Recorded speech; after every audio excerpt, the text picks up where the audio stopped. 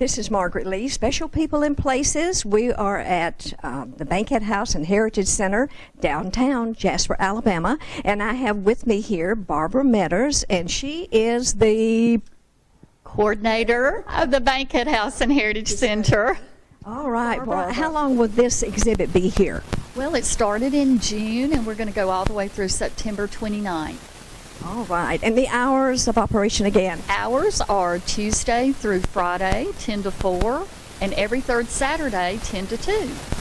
All right. We'll be sure and show an outside shot of the house so people know when they see it. And tell us about the permanent exhibits upstairs. Well, on our permanent exhibits, downstairs we have the Congressional Library, 111 years of congressional service from 7 men from Walker County. We also have the Walker County Room, which is all historical facts about Walker County. We have the Military Room, and it's dedicated to the men and women who provided service from Walker County in the military. And then we have the fabulous Tallulah Darling Room. So anything and all things about Tallulah is up there. Oh, one great exhibit. While you're here, you don't want to miss those things. No, you don't. Absolutely.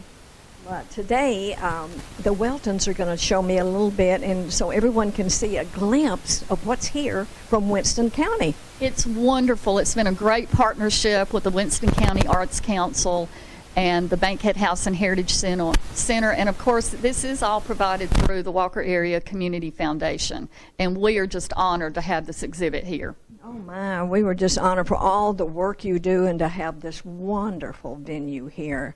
It's fabulous. We like to call this place the people's home. Any and everyone is welcome here. If you have a larger tour group, we would like to make a reservation. It's all free of charge, and that's 302-0001, and you can ask for me, Barbara Metters. And our next exhibit that we'll be showing is Walker 24/7, and this one is the holiday edition. So we're real excited. These photographs were taken last Christmas holiday, and then we're very excited in January we will be having another Smithsonian exhibit. We have been one of 6 chosen cities in the state to They are receive it, and it's just called Waterway. awesome. And they're this dynamic duo. It was a lucky day for Arley in Winston County when you two decided to retire on Smith Lake. And I can't tell you how everyone loves you and appreciates you both. You're wonderful. Blythe Welton introduced me. We first moved in at the lake, and Blythe introduced me to Arley Women's Club. And so, can you believe it? It is now over 100 members, and at that time there were only 30-some. But this was 10 years ago. And I could not believe the amount of volunteer work this woman does. And she makes her husband stay right in there with her. Well, there are a lot of husbands that help the Arley Women's Club, and we're known around the county, I think, as a group of people who get things done. Absolutely. We've had many projects over the year that we've started and completed with help from lots of volunteers, but mostly husbands. So. Well, this exhibit here is just wonderful. Well, Artist. It's very exciting because last year the Bankhead House staff, Mimi Hudson and Paul Kennedy, asked if we, from the Arts Council in Winston County, could provide an exhibit for 3 months. And I thought, sure, we can do that. But I had no idea at that time that there would be so much art in this little area in North Alabama. So I was as amazed as anyone with the, not just the quality of it, but the fact that there's so much different type of media and so many people from different backgrounds that have since moved to this area. So it's exciting to see what people in Winston County are doing and will continue to do. Well, so I think you two are just spark plugs. Oh, Blythe, So- this is a landmark in Winston County.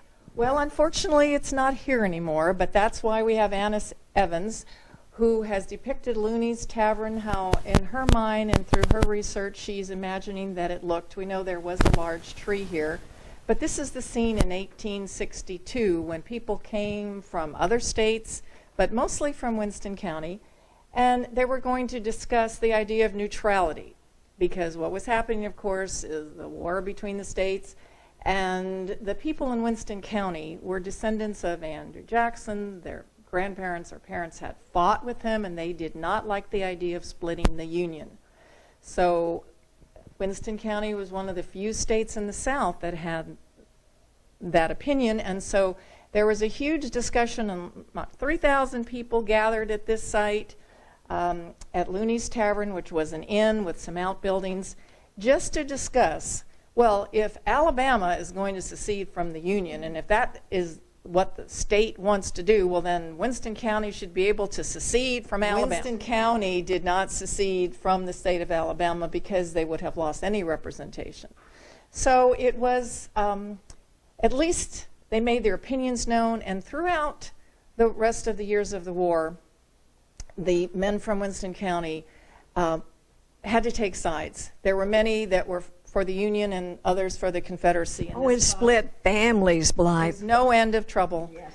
Some books talk about horrible times yes. when they were called, they were deserters possibly for the cause of the South. After Winston County decided that it would really love to remain neutral, they just wanted to be left alone, individual people had to decide which side they would fight on.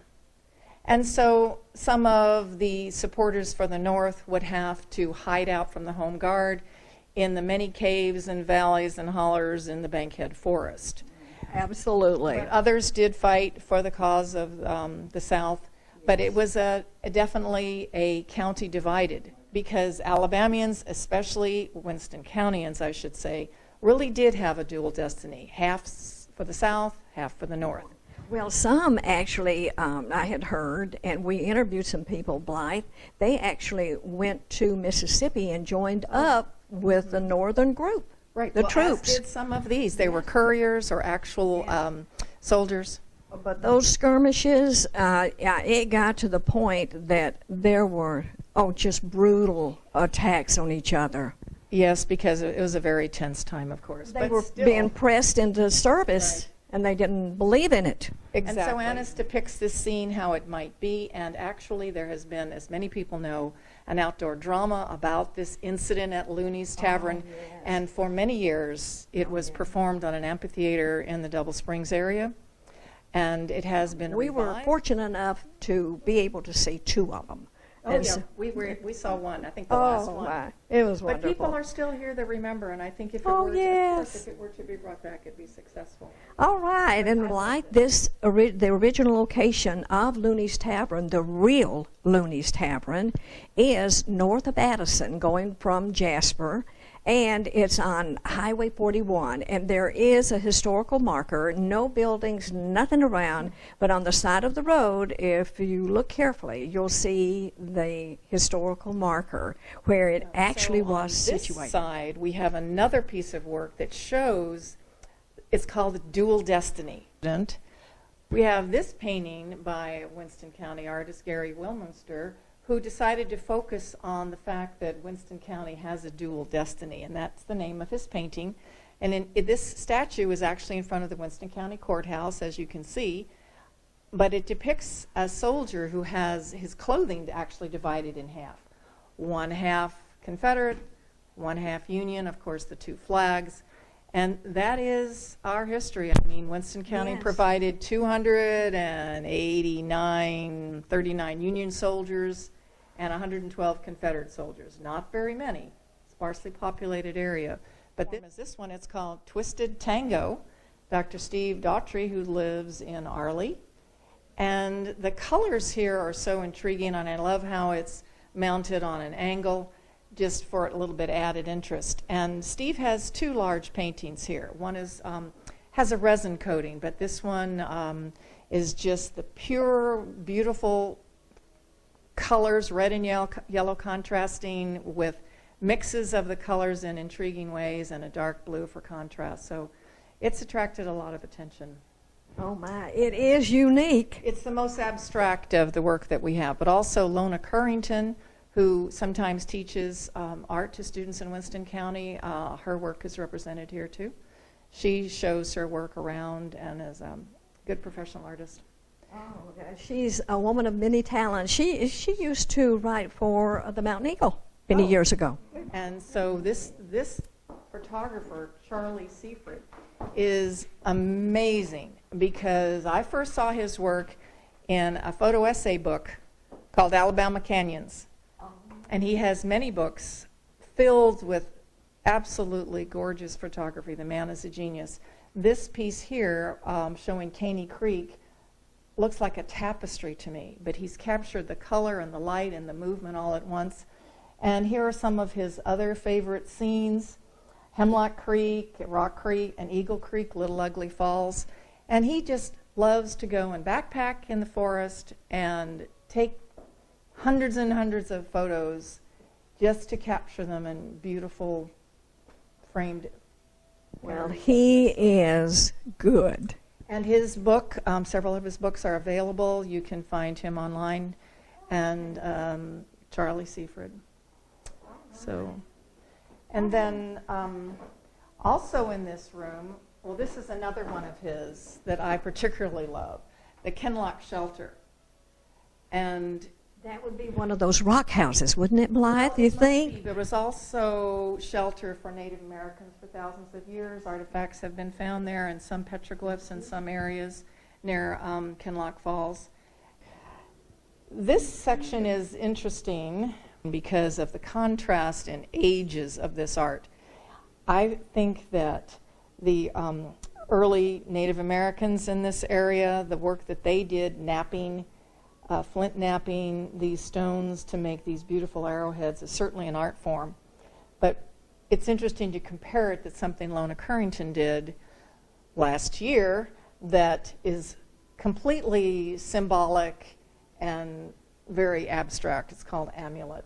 And so we were glad to have as our teacher for a while in Winston County, because that's one thing the Arts Council does, is we want to provide art for all of our students in the county. And so without any help from the school district, we raise our own money we get grants, donations. Our congressmen are very generous. Our state representatives, Tim Wadsworth and Greg Reed, Paul Bussman, these men are very encouraging when they help us financially. So we're grateful for that, and we use our money for salaries to hire teachers and for supplies. So, what a difference the Winston County Arts Council has made, and some wonderful volunteers. Now, who's the president now? J.D. Snoddy's the president, and Larry is the treasurer. Okay. And I work with education, and we both do finding teachers, hiring the best we can find, and helping them in the classroom to make their lives a little easier. But our goal was always to bring art to all the students that we could reach. And some years we reach all schools, but we've had a presence in all of the schools in Winston County. You certainly have. Oh my. Larry, tell us about this. Well, these are really a spectacular piece of woodworking. This is all hand done. There's no screws or even very little glue involved in here. They mortar these joints so that they fit absolutely perfectly. And then when an individual actually sits in this rocking chair, the weight of the individual brings the joints even tighter together so that the chair becomes even a more tight, cohesive piece of furniture. And so when the person sits in this chair, it contracts the joints even tighter, and it makes it a very cohesive chair that will last for years and years. As you can see, this is a custom hand rubbed leather, and then they use native woods to make the frame. Okay, these chairs are made by two very talented young men Keith and Dylan Cochran. They have their own wood studio right here in Arley, and the name of it is the Wood Studio. This chair actually has been made for many, many years. Their father developed it some 40 years ago. He patented this type of chair, and they've been very successful with it. It was featured in Robert Redford's Sundance catalog. They were also featured in Southern Living, and then they also won an award they were first for Made in the South. And although these chairs are quite expensive, many people have purchased them throughout the country, throughout the United States. What an heirloom that would make, Larry. Yes, it does, and we've had a lot of interest in it. There's also another chair that they make that is quite unique and also very interesting to sit in, and this is their one of the other chairs that they feature. This chair is actually, they call it the crane chair. And but these brothers not only do furniture, they do cabinetry, they do all types of custom woodwork. People have jewelry boxes, things of that nature. And you can go to their studio. They have actually a little showroom there, and they can customize any type of woodworking that you could possibly think of. We're very fortunate to have them here in the little town of Arley. They are incredible. Did they say how many pounds could sit in that chair? About 250 is what they say. Yeah, 250. It'll hold it. This chair might be a little bit more delicate, but this rocking chair is very sturdy. And their father came up with that design. Yes, years ago, and they've taken it over.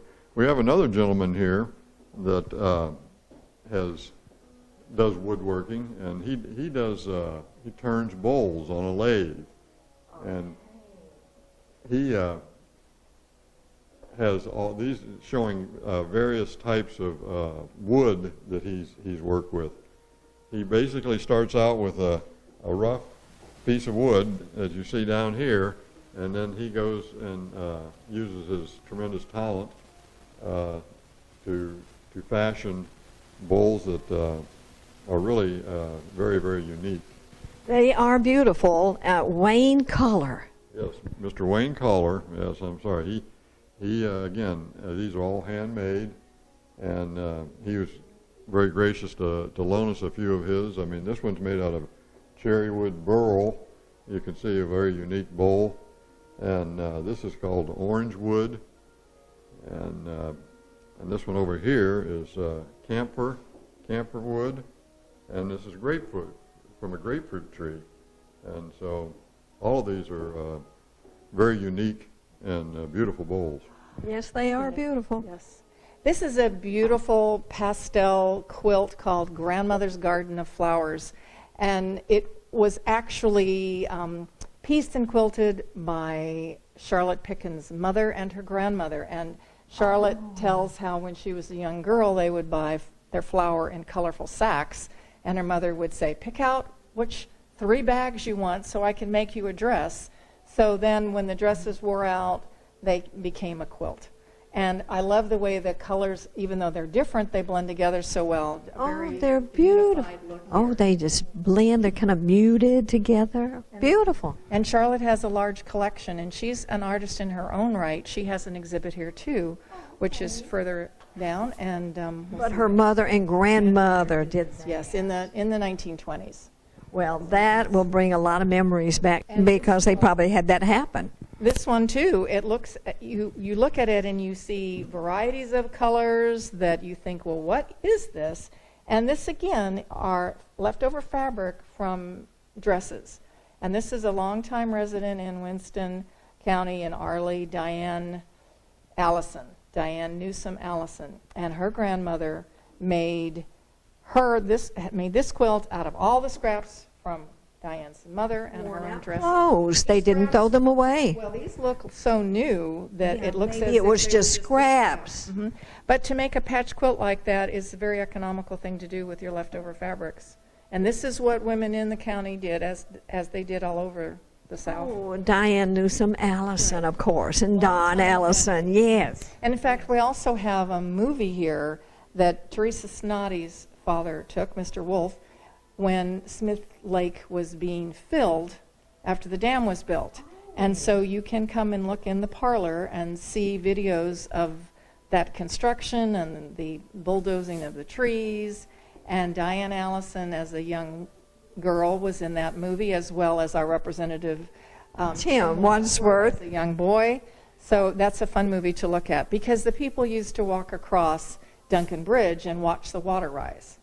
And now, of course, Duncan Bridge is underneath. The old one is underneath. It's probably rotted away by now. It's just an old wooden bridge to begin with, but we have our new bridge, of course, now. But so Well, it got to the point that it wasn't really safe. I had people tell me, kind of cross it, I think. yes, absolutely.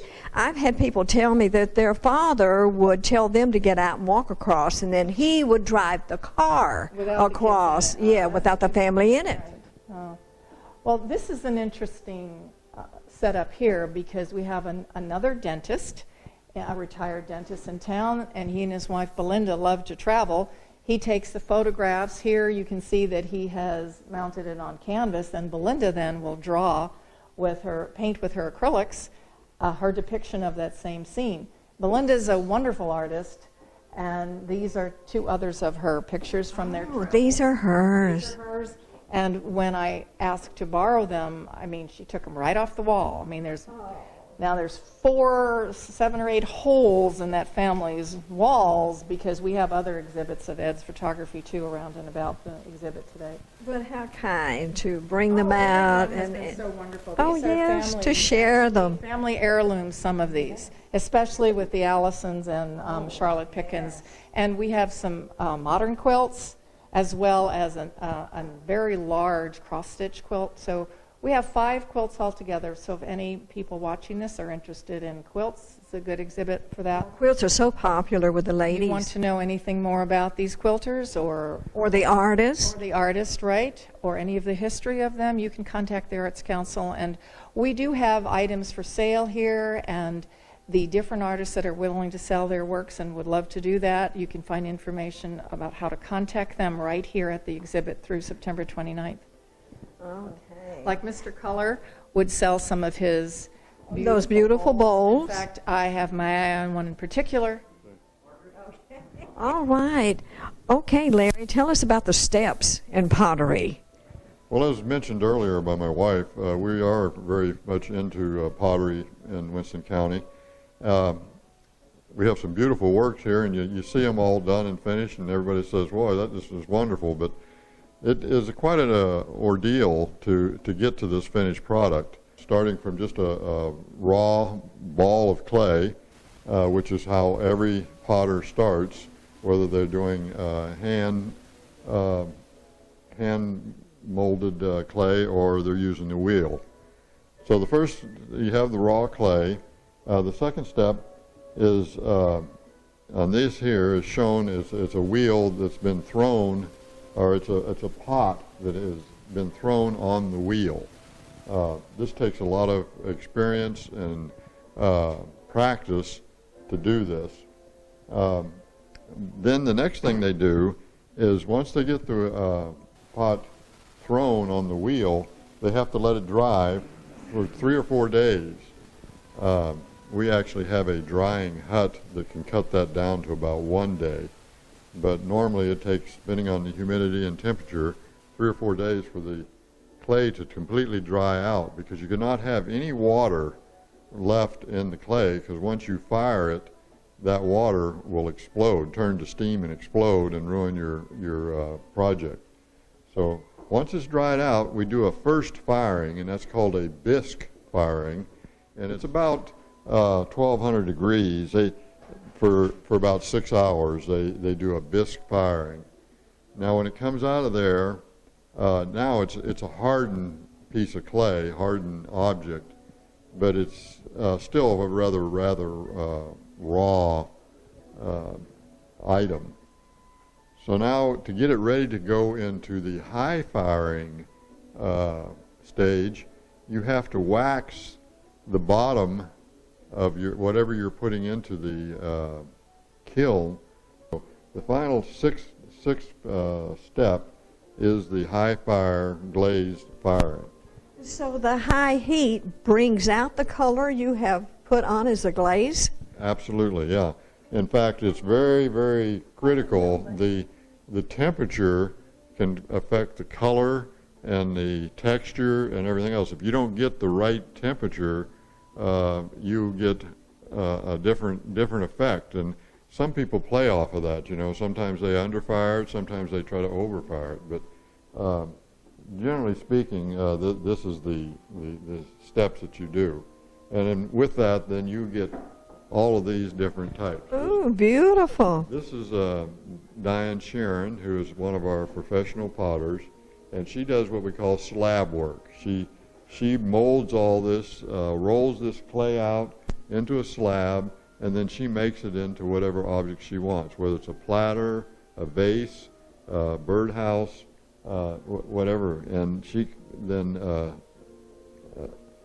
but she still goes through the 6 steps. It's just a, And so the colors in that platter, Larry, that was a glaze at one time? yes, Well, I absolutely. can't tell you how much we appreciate you showing everything and hope people will get out here. Anything to add on empty bowls? Well, I love the fact that people in the community and our students make the bowls. And you have your choice, the bowl of your dreams that you can take home with you for the price of your ticket. And we're also giving out this year, because we're so grateful for the community support, Alabama ornaments made from clay with a little red mark where Winston County is located. You can put it on your Christmas tree or use it as a paperweight, but it's our way of saying thank you to you, and we would love to see you on October 12th. Come out and help us feed the hungry and feed the soul with art. Thank you so much. Right, well done. And Larry, thank you so much.